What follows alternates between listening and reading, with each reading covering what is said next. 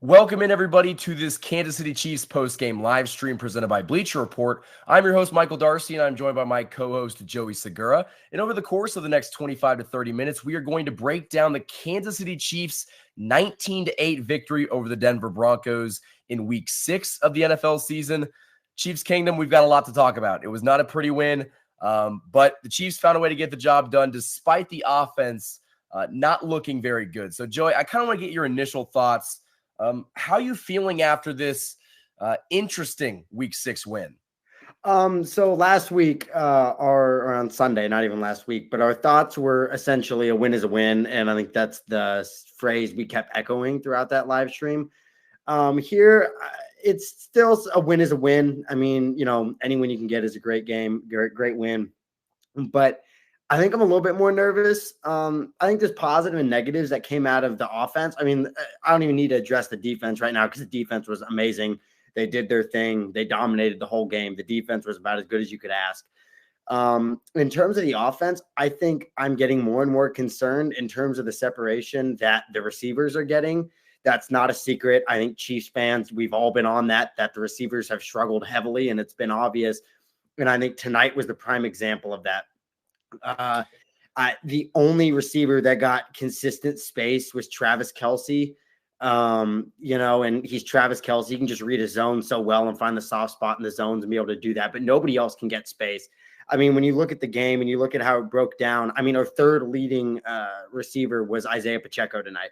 So any night where Isaiah Pacheco is getting more receptions than any receiver on your roster makes me a little nervous. But to be completely honest, they said a win is a win. I mean, that's what we've echoed. That's what I'm going to continue to echo. And when you have Patrick Mahomes and you have Andy Reid, they've given me no reason to believe that this offense won't figure it out at some point. And this defense is so good, it's going to keep them afloat until they truly figure it out. So I'd like to see improvements on the receivers end, definitely, but a win is a win. I couldn't agree with you more. I think that a lot of Chiefs fans forget how hard it is to win games within your division. And the Chiefs have been so good at that while Andy Reid has been the coach of the Kansas City Chiefs. They've always dominated the AFC West. But I think that, we need to echo the fact that it is not easy to win divisional games, regardless of what that opponent's record might be. The Denver Broncos came into this game at 1-4, but it's a divisional game, prime time, Thursday night on a short week where you had some injury question marks.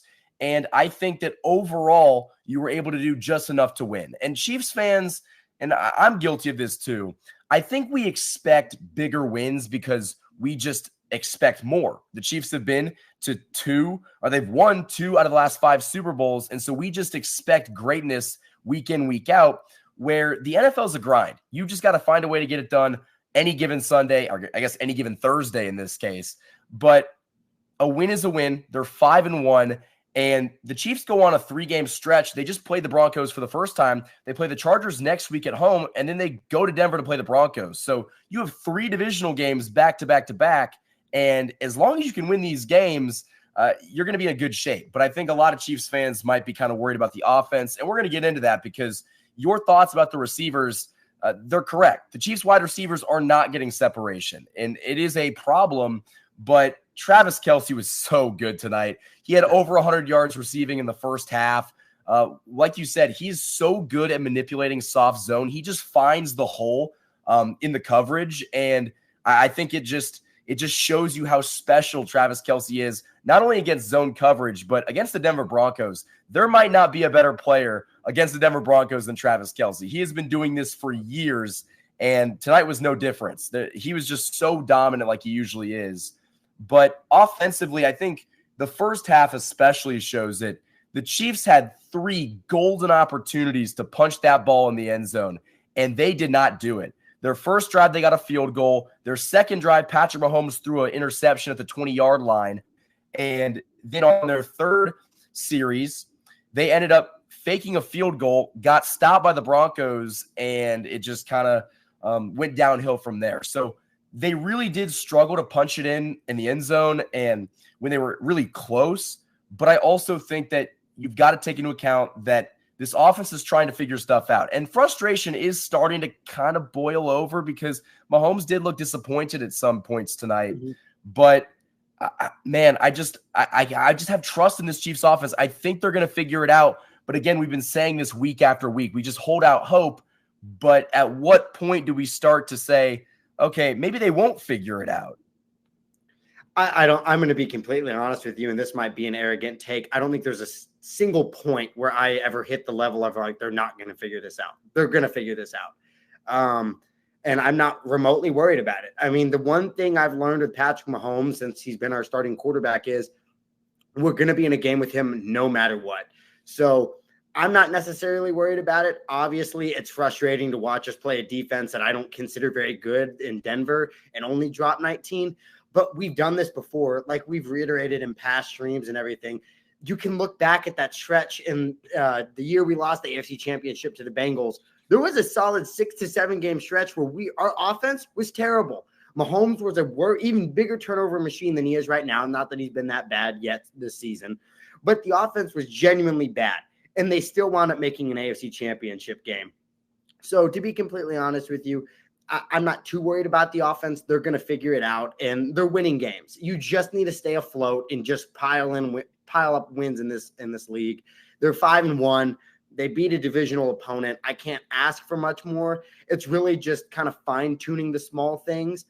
And my one complaint, and it's a complaint that is a little strange just because Andy Reid's a genius. Let me preface it with that. He's won us 2 Super Bowls. I don't want anybody else to be my coach. But, man, I get frustrated watching these 3rd and 4th downs where they try to get cute.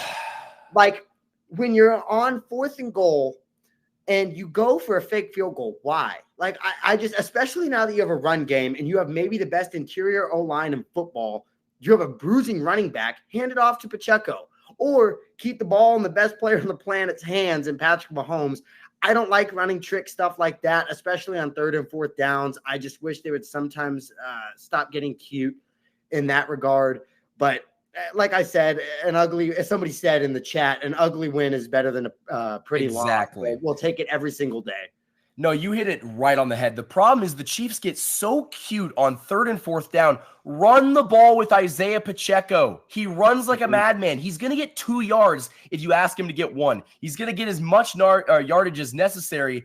And it's just like, why are we trying to get too cute? There was another play where they did a pitch to Clyde, who pitched it back to Kadarius Toney, who tried to complete a pass, almost got intercepted. They do this all the time. It's not that complicated. And I think that the biggest reason why Chiefs fans are concerned is that, yeah, they're winning these games. And I don't want to say that these games are ever in question, because at no point tonight was I ever concerned the Chiefs were going to lose this game. Coming into this game, I didn't think they were going to lose the game either, but I was never scared the Broncos were going to win this game. But when you have instances and chances to put a team away and you don't do it against a good team like Buffalo or Miami, or if the Bengals can figure it out, you don't know if not being able to put them away is going to come back to bite you. And I think that's why Chiefs fans are so frustrated, because this offense is moving the ball. It might not be the level that we're accustomed to, but they're moving the ball. And when they get in 3rd and 4th down situations, when there's a short yardage play, they somehow overcomplicate it, mess it up, and have to punt or settle for a field goal. And they're not capitalizing on easy free throws. They're missing those. And that's why I think it's so frustrating, because the Chiefs won this game 19-8. They could have dropped 35 points easily. Yeah. Yep. I mean, this game should have been over at halftime. To put it plainly, it should have been over. Even once you get ball coming out of half, it should have been over. The fact that it was even a ball game in the 4th quarter sucks. I don't want to get too negative, because to me, a win is a win, as we keep saying, and it's a divisional team, so I'll take it.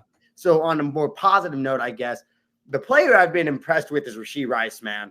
Yeah. I mean, he's got a motor. I know they didn't get a first down, but on that 3rd and 17, when he just went at it, I love that. And he put that thing in like 4th gear. He blew through that defense. Recognize him quickly. It's really impressive. And it seems like Mahomes is starting to build trust in Rashee that maybe he didn't at the beginning of the year, which obviously makes sense. But I think Rashee Rice could honestly be that solid wide receiver that they're looking for. That's a consistent guy that you can go to when you need a first down. And it doesn't have to just be Kelce, because there were multiple times where there are plays where, yes, Mahomes is amazing at off-script plays, but there's a lot of times in that game where it felt like he was looking for just Kelce off the snap. Yeah. He was just going to Kelce, and that was the only play there. He threw the interception off of that because he was looking for just Kelce, and the linebacker didn't stick with Kelce the way that he thought he was going to, and so he threw a pick.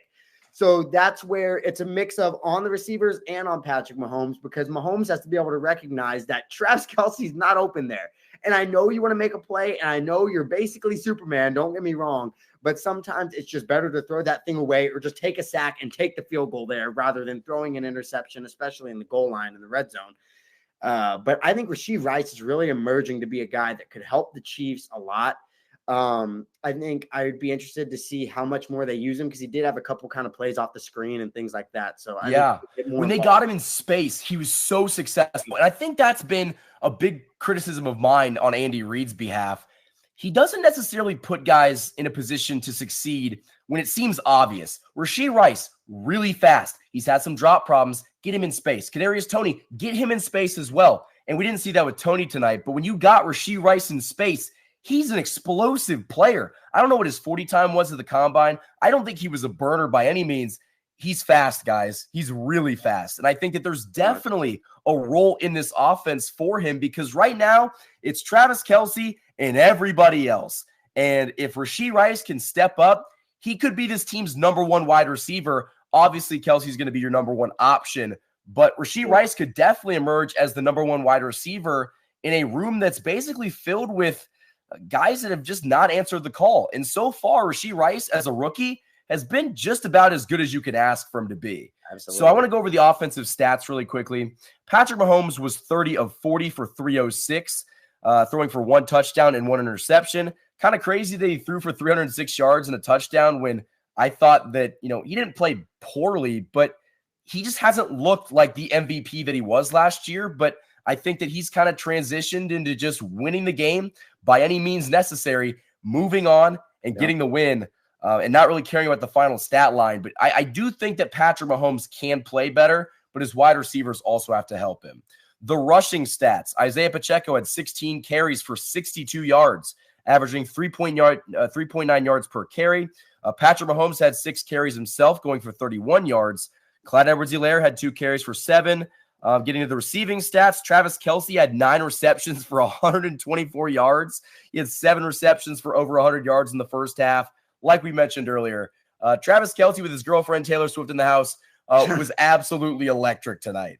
Rashee Rice, 4 receptions for 72 yards. Isaiah Pacheco was your third leading receiver with 6 receptions for 36 yards. Not to rag on Isaiah Pacheco, and this actually has nothing to do with him. He should not be your third leading receiver in a game. He should not be. Especially your third leading wide receiver with 36 yards. Sky Moore had 2 catches for 22 yards. Jerick McKinnon had 3 catches for 20. Noah Gray had 2 for 14. And Kadarius Toney had 3 catches for 9 yards. Kadarius Toney is not really getting the sample size that I thought we were going to see coming into this season. I think a lot of us expected him to be a number 1 wide receiver, and he has been far from that. But Chiefs got the win, a divisional opponent. It was not going to be an easy game, regardless of how bad the Broncos are on paper, just because a divisional game, both these teams are so juiced up to play in it. And coming off of coming off of a short week, it was going to be a tough one. And I think that all things considered, offensively, they left a lot to be desired. But I do think that we've been echoing it for a long time. They're going to have to figure it out eventually, right? Yeah, and they will. I think it's going to take time. I think it's going to take the growth of the receivers. I think Rashee Rice kind of emerging is a very optimistic sign. I think obviously Sky Moore I don't know how many times he was targeted. I believe he had 2 catches, if I'm not mistaken. Rashee Rice? Sky Moore had 2 catches. Oh, yeah, Sky Moore had 2 catches. He had more than that. But Sky Moore got involved a little bit. So I think Sky Moore has some stuff that's been untapped. I think he has a little bit of potential that's there that we can use. I think the ceiling's in question now, but I do think that you can see Sky Moore improve even more. And I think Rashid can grow. So it's really going to depend on these young wide receivers. And that's not a hot take. We all know that's the way this is going to go. We've known that, going into the season. So it's going to be fun to see. I think it's at this point, I think Chiefs fans also need to take a deep breath and we need to appreciate what's going on. We need to remember how far this franchise has come and how wild the standards have changed. We're complaining now about losing games by 11 at home against a division opponent. And yes, we probably should have beat them by more. I'm not saying they shouldn't have, but every single win you get is a great win. I mean, they're going out there, they're playing a hard game against a division team that, to be completely honest with you, the Broncos wanted the Chiefs' head. That they're coming for the Chiefs' head every single time they play them just to try to end the streak and end that narrative. So, I think that Chiefs fans have a right to overreact in a sense just because of the way the offense is struggling. But at the same time, we need to take a step back and say, okay, you know what? The offense is doing enough to get wins and not just normal wins. They're beating decent teams, maybe not the Broncos as much, but the Vikings on the road against an NFC team that's, despite their record, I don't care what the record is, that's a quality roster that's just gotten some bad luck and some games haven't gone their way. But it's an ugly win. We've said that for most games this season, but I'd much rather say we're having these ugly wins than, oh man, we're sitting here at 2-3, or we could be in a situation like the Bengals where you're playing catch up. So they're winning games and that's all that matters. Yeah. And I think that, Chiefs fans want the New England Patriots lifestyle of winning Super Bowls.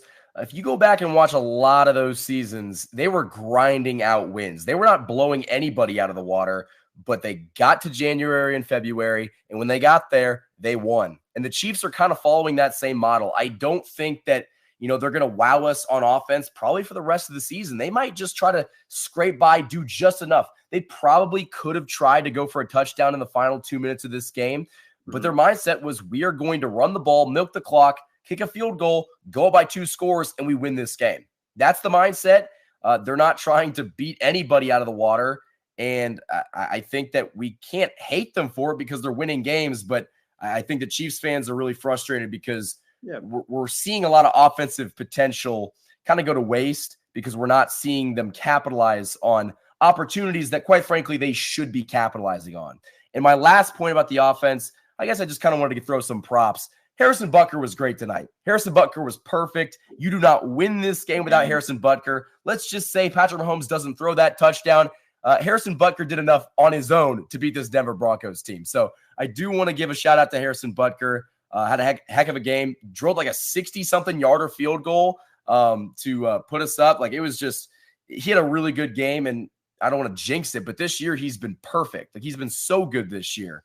So shout out to Harrison Butker for kind of putting the team on his back to help us win this game. Now let's talk about maybe the biggest bright spot, not only of this game, but of the entire season, and that was the Kansas City Chiefs defense. The Chiefs defense is, I would argue, a top 3 unit in the NFL. They are so good. They've been consistently good through the first 6 weeks of the season. Tonight was not an exception to that. I know the Broncos offense isn't very good.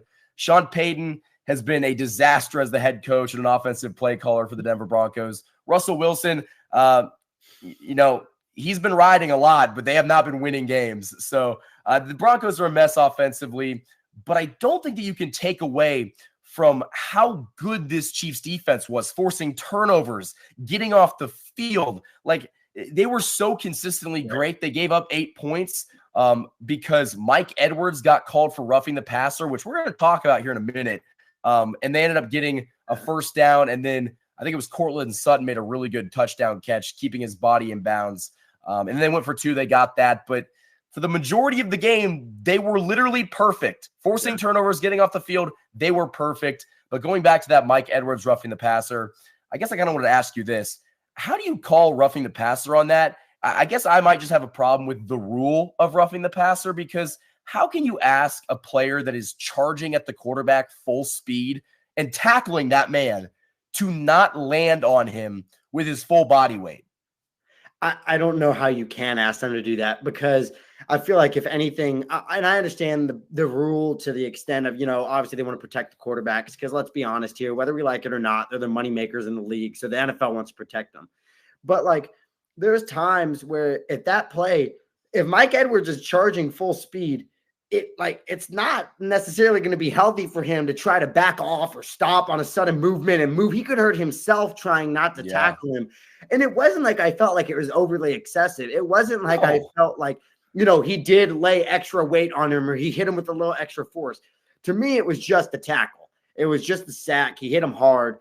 I didn't agree with the call. I'm sure by the rule textbook definition, you can make an argument that was the correct call. So, it is what it is. I think it might just be more of a disagreement with the rule, kind of like you were alluding to, rather than the referee making that decision themselves.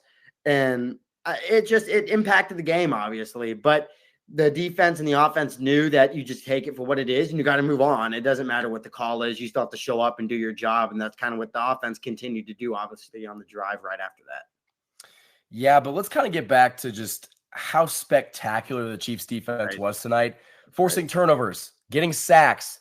I remember Nick Bolton had an interception. Justin Reed, I believe, had also an interception. Oh, yeah, Justin Reed, Nick Bolton had an interception. Willie Gay had a fumble recovery. He might have had 2 fumble recoveries, actually, now that I think about it.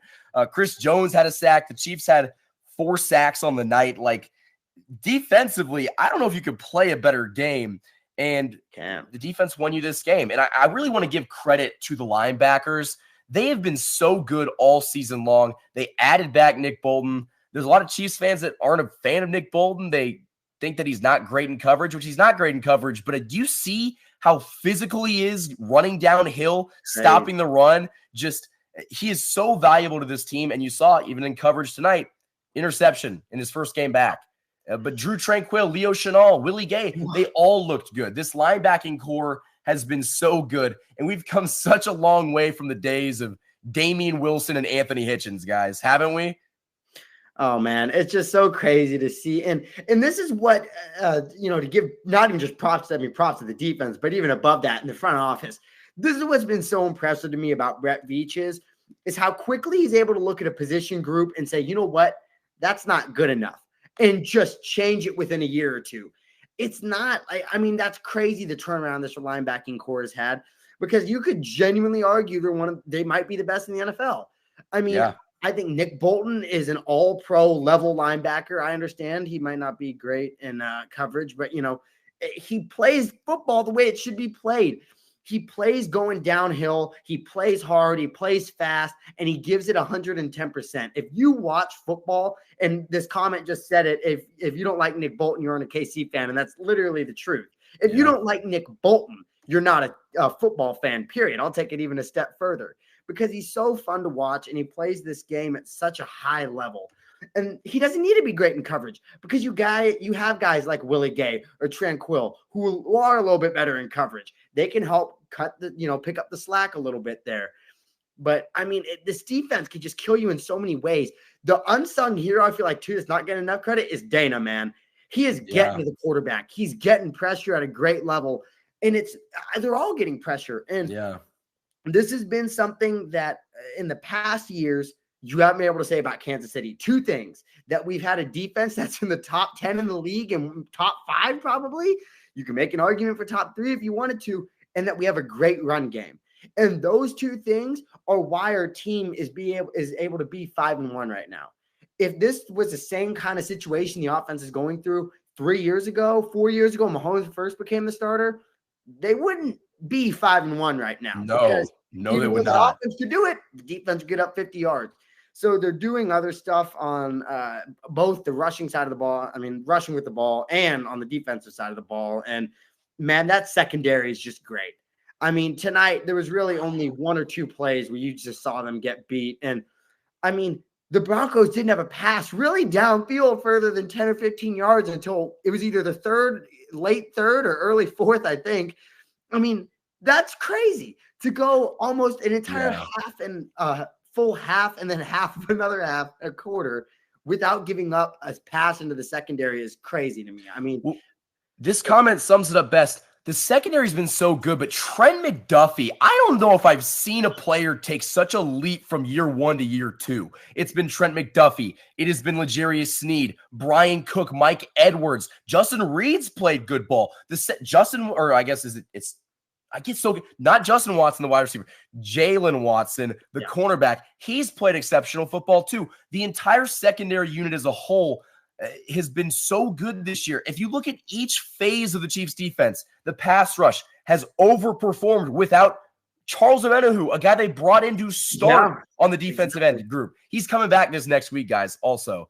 The linebacking core has been so fantastic, and the secondary has made a giant. You look at all of it, they're just fantastic.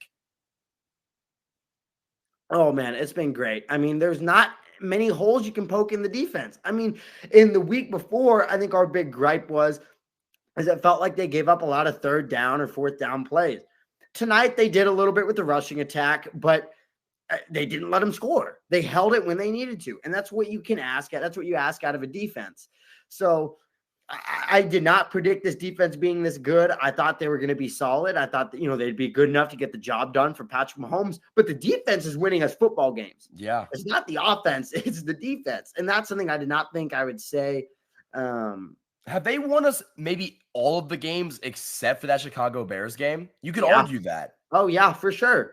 I think they definitely won you the Jacksonville game, holding Trevor Lawrence to no touchdowns. They won you the Jets game. They came up clutch when you needed it. They won us this game, and they won us the Vikings game. Yeah, I legitimately believe that they might have won us every single game. Now, not to, flip the script back, but I do think that the offense is going to get a little bit overblown. One comment I do kind of agree with, though, is we do play the Chargers next week on the 22nd. So that makes me a little nervous.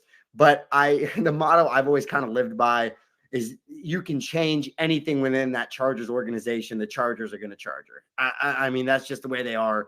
But there's also a lot of people really quickly. There's a lot of people addressing, or I guess bringing up the fact that the Buffalo Bills are going to, step all over us and score on us at will. The Chiefs have done such a good job in the past of rising to the challenge of whoever they play. And they also play down to their competition. So, them getting in a one-score game against the Denver Broncos when they're by far the superior team is not really a surprise. But I don't expect Buffalo to beat us handily at all. I don't think that Buffalo's that good, and the Chiefs' defense is going to keep them in that game regardless of what the offense does. If the Jets' defense can force Josh Allen to throw 3 turnovers and interceptions, this Chiefs' defense, who was otherworldly good tonight, can do the exact same thing. And I just have so much confidence in the defense. I kind of address this comment from a Broncos fan.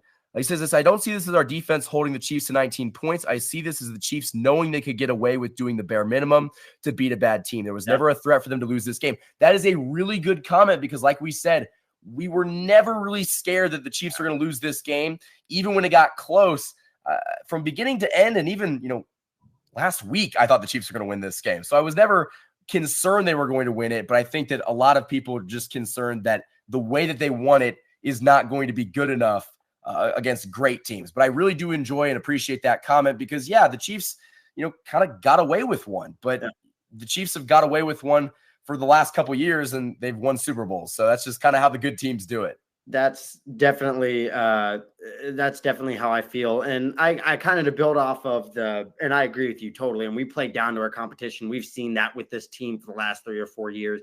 That's just whatever reason, that's the way they play. But to kind of go off what you said with the Bills and things like that, I do think they're going to play up to that competition. And also, to be completely honest, and some people are going to disagree with this, it's a regular season matchup against the Bills. Of course, I'd love to beat them. Of course, I want that first seed bye. But until Buffalo can prove that they can beat the big dogs come playoff time, I'm not that necessarily worried. And we don't play the Bills, I don't believe, for a while. We don't play them December 10th. So I'm not that worried about it. Mahomes is going to figure out what he's going through. And to address some of the comments on Mahomes that we've gotten is, don't get me wrong, I'll be the first to admit he has not looked like the Mahomes we've known the last 2 or 3 years. So there's no getting around that. But my argument against that is going to be, we've said this almost every year about Patrick Mahomes. Every year there's a lull.